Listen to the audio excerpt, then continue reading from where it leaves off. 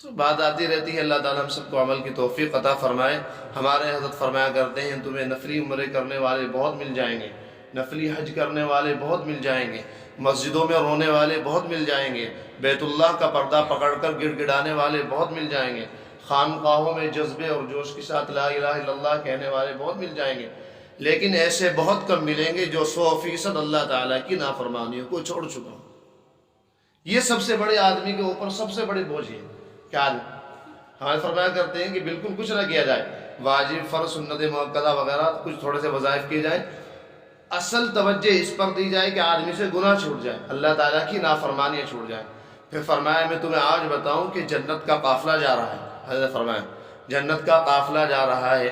اللہ تعالیٰ فرماتے ہیں وَأَمَّا مَنْ خَافَ مَقَامَ رَبِّهِ وَنَهَى النَّفْسَ عَنِ الْهَوَىٰ فَإِنَّ الْجَنَّةَ هِيَ الْمَأْوَىٰ۔ جنت کا قافلہ جا رہا ہے۔ اب جنت کے قافلے کی علامت کیا ہے؟ ہمارے فرمایا جنت کے قافلے کی علامت، جنت میں جو لوگ شامل ہوں گے، داخل ہوں گے، جنت کے رہنے والے، ان کی علامت کیا ہے؟ کوئی پہچان تو ہونی چاہیے نا بھئی، یہ جنت کا قافلہ ہے، یہ دوزخ کا قافلہ ہے۔ تو حضرت فرماتے ہیں اللہ تعالیٰ نے خود پہچان کروائی، فرماتے ہیں اللہ تعالیٰ وَأَمَّا مَنْ خَافَ مَقَامَ رَبِّهِ، جو اللہ تعالیٰ کے سامنے کھڑا ہونے سے ڈرا، پہلی بات تو یہ، وہ دوسرا وَنَهَى النَّفْسَ عَنِ الْهَوَىٰ، اور اپنے آپ کو گناہوں سے روک لیا۔ خوف کتنا چاہیے؟ خوف اللہ تعالیٰ کا اتنا نہیں چاہیے کہ آدمی بالکل بیکار ہو جائے، کاروبار چھوڑ دے، گھر پڑا رہے کہ نہیں مجھے خوف ہے، بیمار ہو جائے، نہیں، وَنَهَى النَّفْسَ عَنِ الْهَوَىٰ، اتنا خوف کہ وہ اللہ تعالیٰ کی نافرمانیاں چھڑوا دے۔ آپ صلی اللہ علیہ وسلم دعا فرماتے ہیں کہ یا اللہ میرے اور اپنے درمیان، یعنی مجھے اتنا خوف عطا فرما دے کہ میرے اور گناہوں کے درمیان وہ خوف آڑ بن جائے، حائل ہو جائے، پردہ بن جائے۔ تو اتنا خوف آدمی کے لیے کافی ہے۔ چنانچہ آدمی اگر اللہ تعالیٰ نے اسے اتنا خوف عطا فرما دیا، اللہ تعالیٰ فرما دے وَنَهَى النَّفْسَ عَنِ الْهَوَىٰ، ہوا سے روکا۔ اب آپ نے ایک پارہ پڑھا ہوگا، جو حضرات قرآن حافظ ہیں، قرآن کے پڑھتے رہتے ہیں، اللہ تعالیٰ ایک جگہ فرماتے ہیں وَالنَّجْمِ إِذَا هَوَىٰ، کہ جب ستارے گر پڑیں گے۔ ہوا یحوی کے معنی عربی میں کہتے ہیں گرنے کو، اوپر سے کوئی چیز نیچے گری تو اس کو کہتے ہیں ہوا۔ اللہ تعالیٰ فرماتے ہیں ایک جگہ وَالنَّجْمِ إِذَا هَوَىٰ، قیامت کے قریب جب ستارے گر پڑیں گے۔ دوسری جگہ فرماتے ہیں وَأَمَّا مَنْ خَافَ رَبِّهِ وَنَهَى النَّفْسَ عَنِ الْهَوَىٰ، جو آدمی ہوا کہتے ہیں گناہوں کو بھی، کہ گناہوں سے رکے۔ تو فرمایا کہ گناہوں کا نام ہوا اللہ تعالیٰ نے اس لیے رکھ دیا کہ جس طرح کہا وَالنَّجْمِ إِذَا هَوَىٰ، ستارے اوپر سے نیچے گر پڑیں گے۔ جب آدمی گناہ کرتا ہے تو وہ عرش سے فرش پہ آ جاتا ہے، اس کا تعلق مع اللہ ختم ہو جاتا ہے، گویا وہ بالکل اوپر سے لے کے نیچے زمین میں گر جاتا ہے۔ اس لیے گناہوں کا نام ہوا رکھا، ورنہ عربی میں گناہ کو عصیان کہتے ہیں، کئی نام ہیں بہت سارے، عربی کی زبان بہت وسعت رکھتی ہے تو، لیکن باقاعدہ اللہ تعالیٰ نے یہ ہوا کا تذکرہ کر کے بتا دیا کہ جس طرح وَالنَّجْمِ إِذَا هَوَىٰ میں ستارے اوپر سے گرتے ہیں، اگر لوگوں تم نے ہماری نافرمانی کی، ہمارے حکموں کو توڑا اور ہمارے رسول صلی اللہ علیہ وسلم کے حکموں کو پسے پش ڈالا تو تم بھی اوپر سے نیچے گر جاؤ گے، اٹھا کر سر تمہارے آستہ سے زمین پر گر پڑے ہم آسمان سے۔ حضرت نے فرمایا کہ بس یہ دیکھیے کہ اللہ تعالیٰ پر ہمارے لیے، ہماری زندگی میں اللہ تعالیٰ پر مرنا مٹنا کتنا پیدا ہوا۔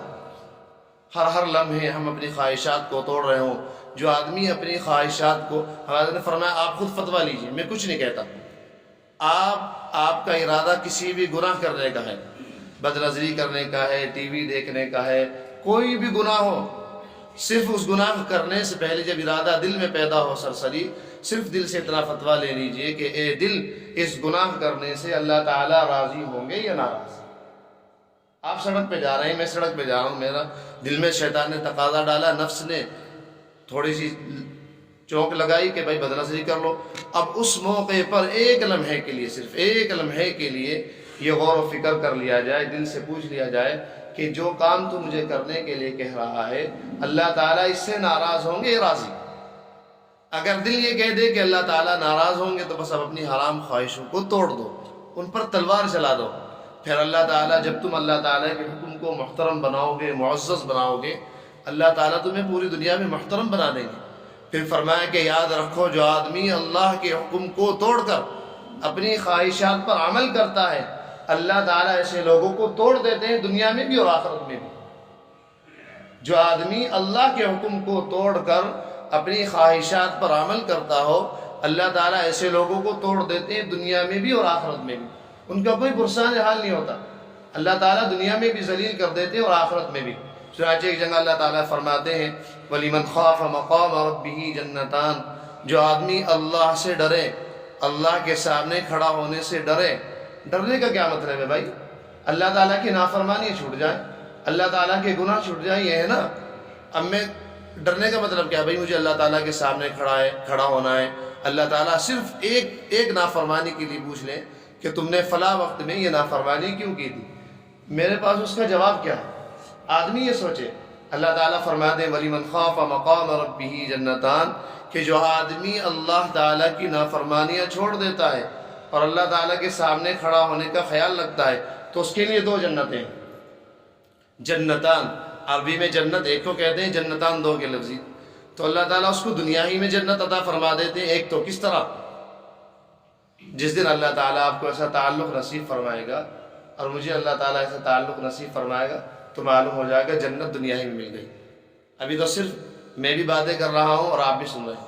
جس دن یہ لمحہ اللہ تعالیٰ ہمیں یہ زندگی عطا فرما دے گا، ایک لمحے کے لیے، میں 1 منٹ کے لیے نہیں کہتا، ایک لمحے کے لیے اللہ تعالیٰ کو ناراض نہیں کیا جائے گا۔ پھر دیکھیے کہ کیا اللہ تعالیٰ ہمیں زندگی عطا فرمائے گا۔ ہمارا فرمایا کرتے ہیں اللہ تعالیٰ خالق شمس و قمر ہے، خالق بحر و بر ہے، خالق شجر و حجر ہے۔ جب اللہ تعالیٰ جس دل میں آتے ہیں تو پوری دنیا کی لذت لے کر اس میں آتے ہیں۔ بھائی پوری دنیا کی لذت کو پیدا کرنے والے کو آپ نے راضی کیا، اور جب وہ دل میں آئیں گے تو پوری دنیا کی لذت سے بڑھ جائے گی۔ پھر اس کے سامنے حضرت نے فرمایا خدا کی قسم کیا بیچتے ہیں چاند و سورج، چاند سورج کیا بیچتے ہیں؟ چاند سورج کو اگر اللہ والوں کو نور ظاہر ہو جائے تو چاند سورج کی روشنی مدھم پڑ جائے، اللہ تعالیٰ اس کو ایسا سکون، ایسی عافیت نصیب فرمائیں گے۔ اور جو آدمی اللہ کو ہم باقاعدہ خود تجربہ کرتے ہیں، ہمارے نے فرمایا کہ جو آدمی گناہ چھوڑ دے اس کو خود محسوس ہوگا جیسے آگ میں سے نکل کر ٹھنڈی جگہ کھڑا ہو گیا۔ دیکھیے جو آدمی نافرمان ہے، ہر وقت ٹینشن میں، ہر وقت پریشان، چاہے جتنا مال و دولت اللہ نے دیا لیکن ایک بے سکونی۔ اب اس بے سکونی کو کون ختم کرے گا؟ ماں کے پیٹ میں پیدا اللہ تعالیٰ نے دل کیا، اب اس دل پیدا کرنے والوں کو ناراض کر کے ہم دنیا میں سکون تلاش کرنا چاہتے ہیں۔ ان الکافرین لا مولا لہم، ہمارے نے فرمایا کہ کافروں کا کوئی مولا نہیں ہوتا۔ اس لیے آپ دیکھیں کتنی خودکشیاں ہو رہی ہیں کافروں کے یہاں، اور جو آدمی اللہ کا نافرمان ہوتا ہے وہ بھی خودکشی کرتے ہیں۔ اللہ جس کا دامن تھام لے وہ کبھی خودکشی کی بات نہیں کر سکتا، چاہے جتنی پریشانیاں ہوں، چاہے جتنی ٹینشنیں ہوں، چاہے جتنی ڈپریشن ہوں، کچھ نہیں۔ تو اصل دیکھیے اللہ تعالیٰ مجھے بھی عمل کی توفیق عطا فرمائے یہی چیز ہے، گناہوں کو چھوڑنا حکیم صاحب یہی اصل چیز ہے، یہی ایمان ہے، یہی احسان ہے، یہی تصوف ہے، یہی عبادت ہے، یہی حقیقت ہے، اسی کا نام اسلام ہے۔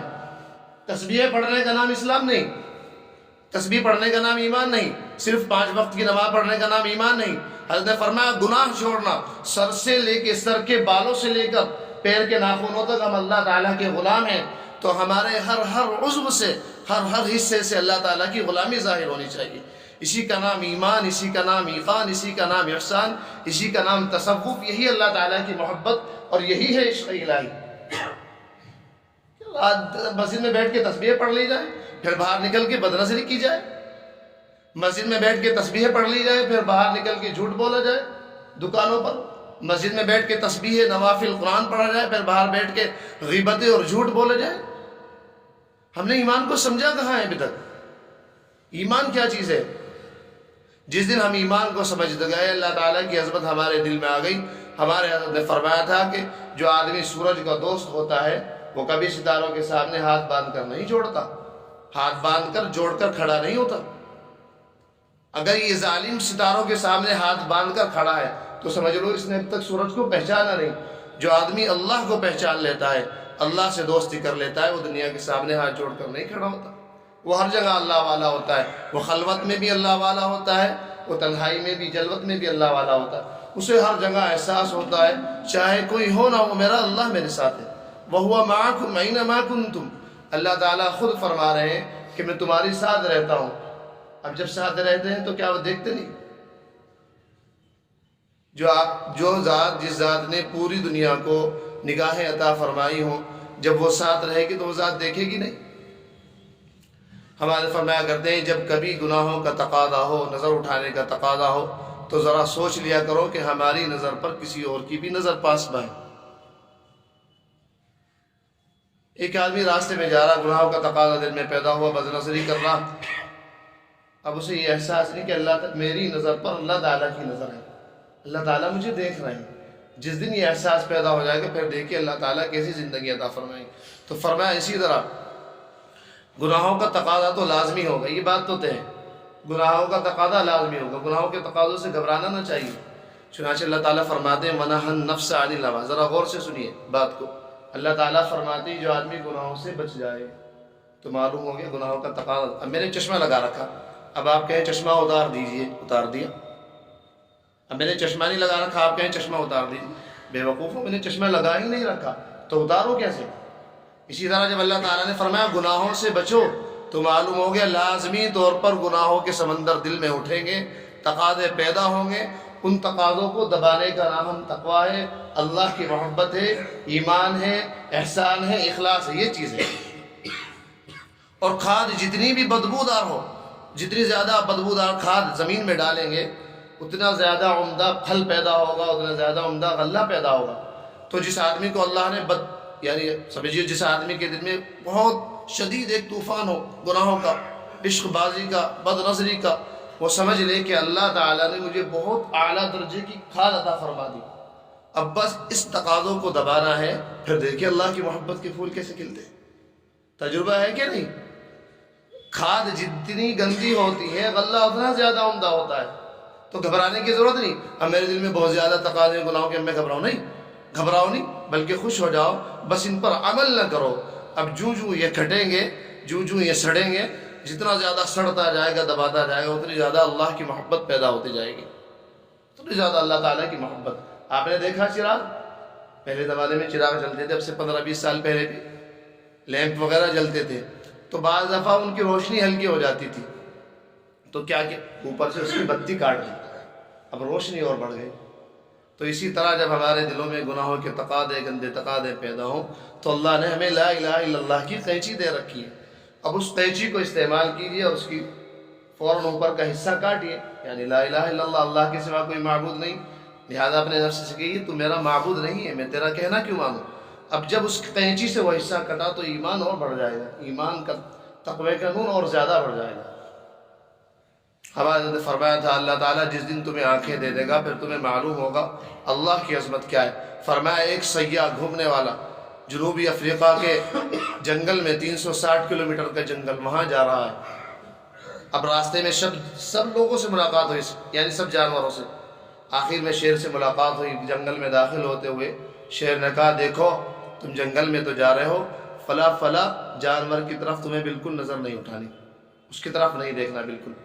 ہمارے نے فرمایا وہ جنوبی افریقہ کے جنگل میں گھسا، 360 کلومیٹر کے جنگل میں، اب کیونکہ شیر نے اسے وارننگ دے رکھی تھی کہ فلاں جانور کی طرف نظر نہیں اٹھانی، نہ بندر کی طرف، نہ لنگور کی طرف، نہ خنزیر کی طرف، نہ سور کی طرف، کسی کی طرف نظر نہیں اٹھانی، بس ہماری طرف متوجہ رہو۔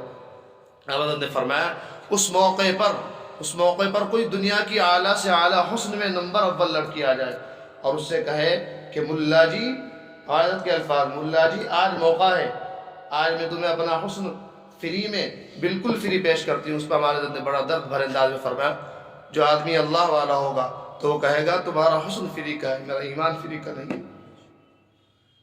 تو فرمایا کہ اگر عورت اس موقع پر کوئی اعلیٰ درجے کی عورت کھڑی خوبصورت، اب وہ کہے کہ آج موقع ہے، ہمارے حضرت نے فرمایا کہ آدمی کہے گا جس کو شیر نے وارننگ دی تھی، دیکھو شیر سامنے جھاڑی میں کھڑا ہے، شیر سامنے جھاڑی میں کھڑا ہے، اگر میں نے ذرا بھی نظر تمہاری طرف ڈالی، کیونکہ اس نے منع کر دیا تھا کہ میرے علاوہ کسی کی طرف متوجہ میں تو نہ غیر کی، فوراً چیر پھاڑ دے گا۔ فرمایا شیر کی یہ عظمت کہ اس آدمی کو گناہ کرنے بالکل مشکل ہو گئے۔ جس دن اللہ تعالیٰ کی عظمت اور بڑائی، جو اللہ تعالیٰ شیر کو پیدا کرنے والے ہیں، جس دن اللہ تعالیٰ کی عظمت اور بڑائی ہمیں محسوس ہو گئی، ہمارے قلب و جان میں اس کا احساس ہو گیا، ادراک ہو گیا، تو ہمارے لیے گناہ کرنے بالکل مشکل ہو جائیں گے۔ مسجدوں میں بیٹھ کر، یعنی بھی بہت اچھی بات ہے، لیکن اصل تقوی کا معیار پتہ لگتا ہے بازاروں میں۔ حضرت علی نے فرمایا کہ ایک بادشاہ نے بلی پالی، اب اس نے اس بلی کی اتنی تربیت کی کہ اس کے سر پر چراغ رکھ کر اپنے فرامین لکھتا تھا، شاہی فرامین، بلی کے سر پہ جلا رکھا اور اس کی روشنی میں فرمان لکھ رہے ہیں۔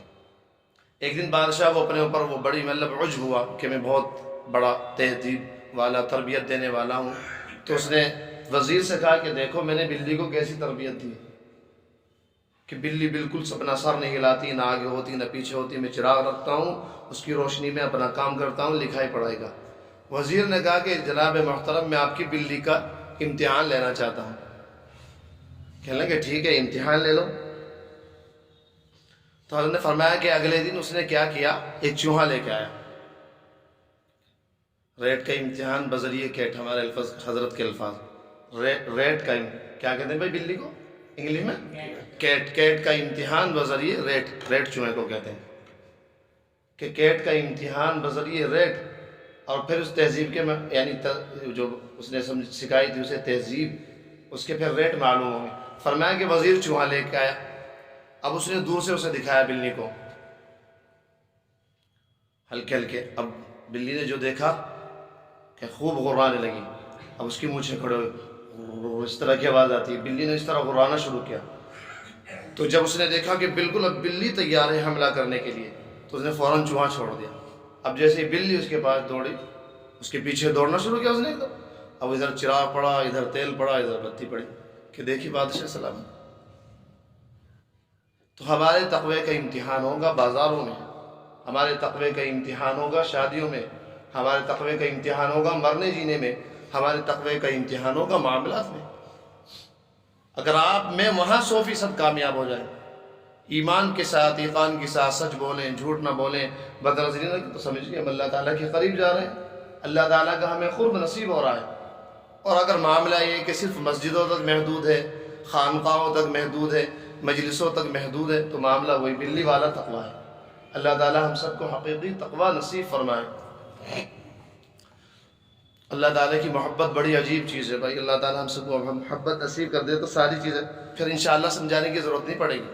اللہ تعالیٰ سے دعا کیا کیجیے اللہ تعالیٰ مجھے بھی آپ کو بھی اپنی محبت نصیب فرما دے، پھر کچھ نہیں، پھر تو بس زبان خاموش اور اللہ تعالیٰ کے تمام احکام پر عمل ہوتا چلا جائے گا۔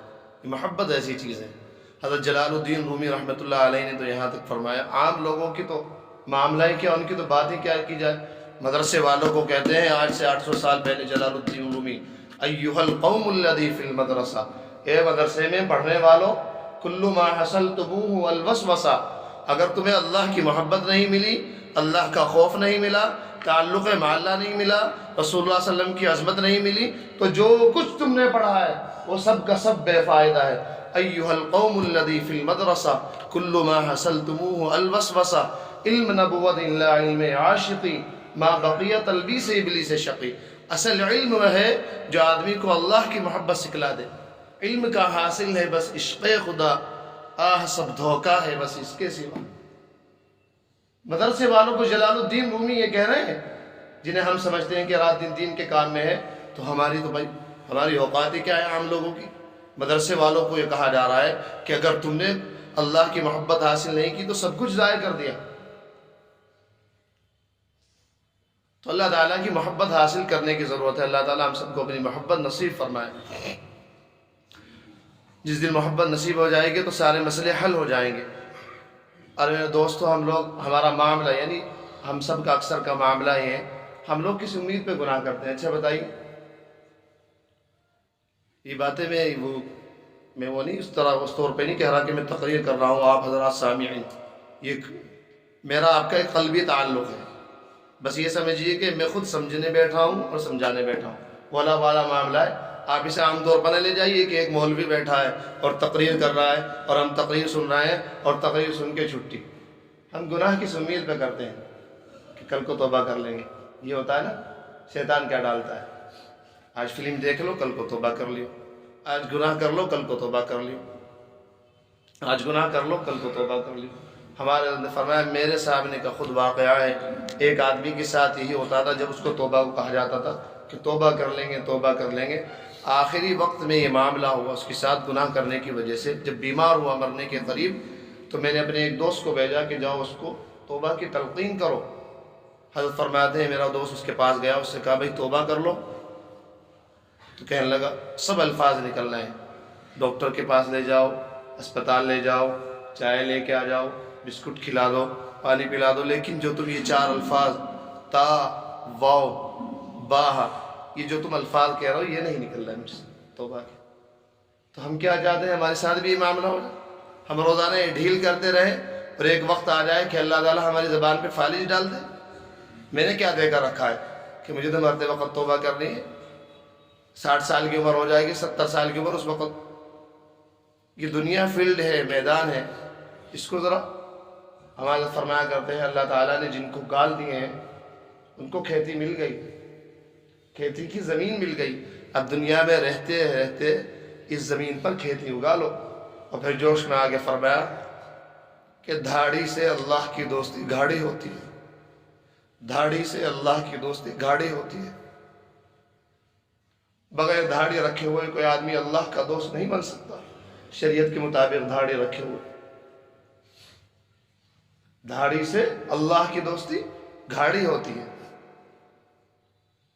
تو کب تک ہم اس طرح چلتے رہیں گے؟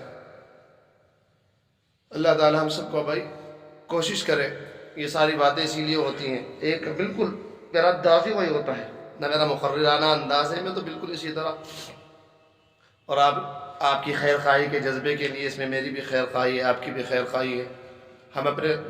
میں تو دعا کرتا ہوں باقاعدہ، یعنی آپ حضرات کو بتاؤں اطمینان کے لیے، میں باقاعدہ دعا کرتا ہوں تاکہ آپ حضرات کا دل خوش ہو اور اللہ کے لیے آپ آگے بڑھیں۔ میں یہاں تفسیر میں آنے والوں کے لیے باقاعدہ دعا کرتا ہوں اور یہاں کے مقتدیوں کے لیے دعائیں کرتا ہوں کہ اللہ تعالیٰ مجھے وہ دن جلدی دکھائے کہ جب جہاں کے تمام مقتدیوں کی دھاڑیاں 100% شریعت کے مطابق ہوں، سب کے ٹخنے کھلے ہوئے ہیں۔ یا اللہ جو تفسیر میں آتے ہیں ان کے ذریعے میری تفسیر کو قبول، باقاعدہ میں دعا کرتا ہوں۔ یہ اس لیے نہیں کہ آپ اپنی بڑائی، آپ کے دل میں آپ کو معلوم ہو کہ اس آدمی کو ہم سے قلبی تعلق ہے، محبت ہے، یہ ہماری خیر خواہی چاہتا ہے، ہماری بھلائی چاہتا ہے۔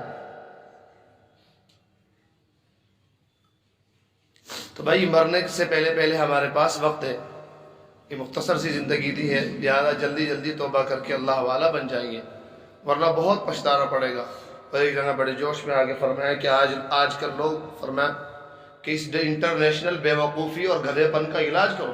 حضرت نے فرمایا ارے بے وقوفو، اس انٹرنیشنل بے وقوفی اور گدھے پن کا علاج کرو، اللہ کو ناراض کر کے تم خوش رہنا چاہتے ہو؟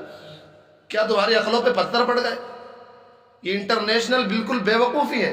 جس کو سب سے بڑا بے وقوف دیکھنا ہو، سب سے بڑا احمق دیکھنا ہو، سب سے بڑا گدھا دیکھنا ہو، اس آدمی کو دیکھ لو جو اللہ کے احکام کو توڑ رہا ہو اور پھر اللہ سے امیدیں لگا رہا ہو۔ میرے الفاظ نہیں، نبی اکرم صلی اللہ علیہ وسلم کے الفاظ ہیں، العاجز من اتبع نفسہ ہواہا، بے وقوف ہے وہ آدمی، پاگل ہے وہ آدمی جو اپنی حرام خواہشات پر عمل بھی کرتا رہے، وتمنى علی اللہ، اور اللہ سے نیک امیدیں بھی لگائے کہ قیامت کے دن یہ ہو جائے گا، یہ ہو جائے گا۔ یہ میرے الفاظ نہیں، یہ آپ صلی اللہ علیہ وسلم کے الفاظ ہیں کہ بالکل بے وقوف ہے وہ آدمی۔ بعض لوگ آج کل کر لیں گے، آج کل کا موقع نہیں ہے۔ ملا علی قاری رحمۃ اللہ علیہ محدث عظیم مرقات شرح مشکات میں فرماتے ہیں کہ حیا کیا چیز ہے؟ حیا فرماتے ہیں اصل تعریف جسے سنو حیا کی، مرقات 11 جلدوں میں عربی کی شرح، محدث عظیم بہت بڑے ملا علی قاری بہت، اصل میں ملا کا لفظ پہلے بہت اعلیٰ درجے کا ہوتا تھا، اس لیے میں لیتا رہتا ہوں تو آپ سوچیں گے بھائی ملا علی قاری، آج کل ہم لوگوں نے اسے بالکل ایک گالی سی بنا دیا، ورنہ جو بہت بڑے عالم ہوتے تھے ان کو پہلے ملا کہا جاتا تھا۔ اب دیکھیے ماشاءاللہ ابھی جو لوگ آئے ہیں ملا فلا ملا فلا ملا فلا، سب کے ساتھ ملا لگا ہوا ہے، ہم اس کو گالی سمجھتے ہیں، تو یہ بہت باعلیٰ درجے کا لفظ ہے، یہ سب انگریز کی شیطانیت ہے، اس نے یہ سب شروع کر دیا تھا۔ تو خیر میں بتا رہا تھا، ملا محدث عظیم ملا علی قاری فرماتے ہیں حقیقت حیا یہ ہے ان مولاک لا یراک حیث نہاک، کہ اللہ تعالیٰ تمہیں اس جگہ نہ دیکھیں جہاں سے اللہ تعالیٰ نے تمہیں منع فرما دیا ہے۔ اگر تمہارے اندر یہ بات پیدا ہو گئی تو سمجھ لو کہ تم واقعی حقیقی طور پر حیادار، شرمدار۔ ان مولاک لا یراک حیث نہاک، اللہ اس جگہ نہ دیکھ لیں جہاں سے تمہیں منع کیا ہے، اللہ تعالیٰ تمہیں نافرمانیوں کی جگہ نہ دیکھ لیں، یہ ہے۔ اگر اس پر ہم سب نے عمل کر لیا تو واقعی سمجھیے ہم حیادار ہیں۔ لہذا فرمایا اس پاگل پن کا علاج کرو مرنے سے پہلے، ورنہ اگر اللہ تعالیٰ نے علاج کیا تو ایسا علاج کریں گے کوئی بچانے والا نہیں ملے گا۔ اپنی حرام خواہشات کو توڑو، اس سے پہلے کہ اللہ تعالیٰ توڑے، ورنہ اگر اللہ تعالیٰ توڑنے پر آ گئے تو کوئی بچانے والا نہیں ملے گا۔ محبت دو ہی تو راستے ہیں، یا تو ڈرا کے آگے چلایا جائے آدمی کو، یہ محبت کے ذریعے۔ ایک بہت بڑے محدث، بہت بڑے، ہر وقت ڈرایا کرتے تھے اللہ تعالیٰ کے نافرمانی سے، بھائی ڈرو ڈرو ڈرو بچو۔ ایک بہت بڑے عالم نے ان سے کہا کہ ہر وقت آپ ڈرنے کی بات کیوں کرتے رہتے ہیں؟ اللہ کی نافرمانیاں چھوڑو، نافرمانیاں چھوڑو۔ اب بتائیے، میں نے پچھلے ہفتے ایک بات بتائی تھی کہ جس آدمی کا ٹخنا قصدن و ارادتن، اپنے ارادے سے ڈھک جائے ایک مرتبہ، 40 دن کی اس کی نمازیں غیر مردود ہو جائیں گی، غیر مقبول۔ اب کس کے دل میں ٹھیس لگی؟ میں تو اکثر کو دیکھتا ہوں، مجھے افسوس ہوتا ہے یہاں کے مقتدیوں کو، باہر کے لوگوں کو جو باقاعدہ سنتے ہیں، مجھے اتنی تکلیف ہوتی ہے کہ اتنے سخت حدیثیں ہم سناتے ہیں، اللہ ان کے دلوں کو کیا ہو گیا؟ کس طرح یہ نبی اکرم صلی اللہ علیہ وسلم کی لعنتیں برداشت کر رہے ہیں، کس طرح اپنی نمازوں کو غیر مقبول مردود کروا رہے ہیں۔ کیا اللہ کے رسول صلی اللہ علیہ وسلم کی اتنی عظمت، اتنی محبت، اتنی بڑائی بھی ہمارے دل میں نہیں کہ ہمارے ٹخنے کھل جائیں؟ کیا اتنی بھی اہمیت نہیں ہے؟ ارے پھر کیوں دعوے کرتے ہیں محبت کے؟ کیوں خام خواہی کے دعوے کرتے ہیں؟ بالکل پھر الگ دعوے بھی بہت اعلیٰ درجے کے، اور ٹخنے بھی ڈھکے جا رہے ہیں، غیر شرعی عمل بھی ہو رہا ہے، فوٹو کھنچوائے جا رہے ہیں، تصویریں لگائی جا رہی ہیں۔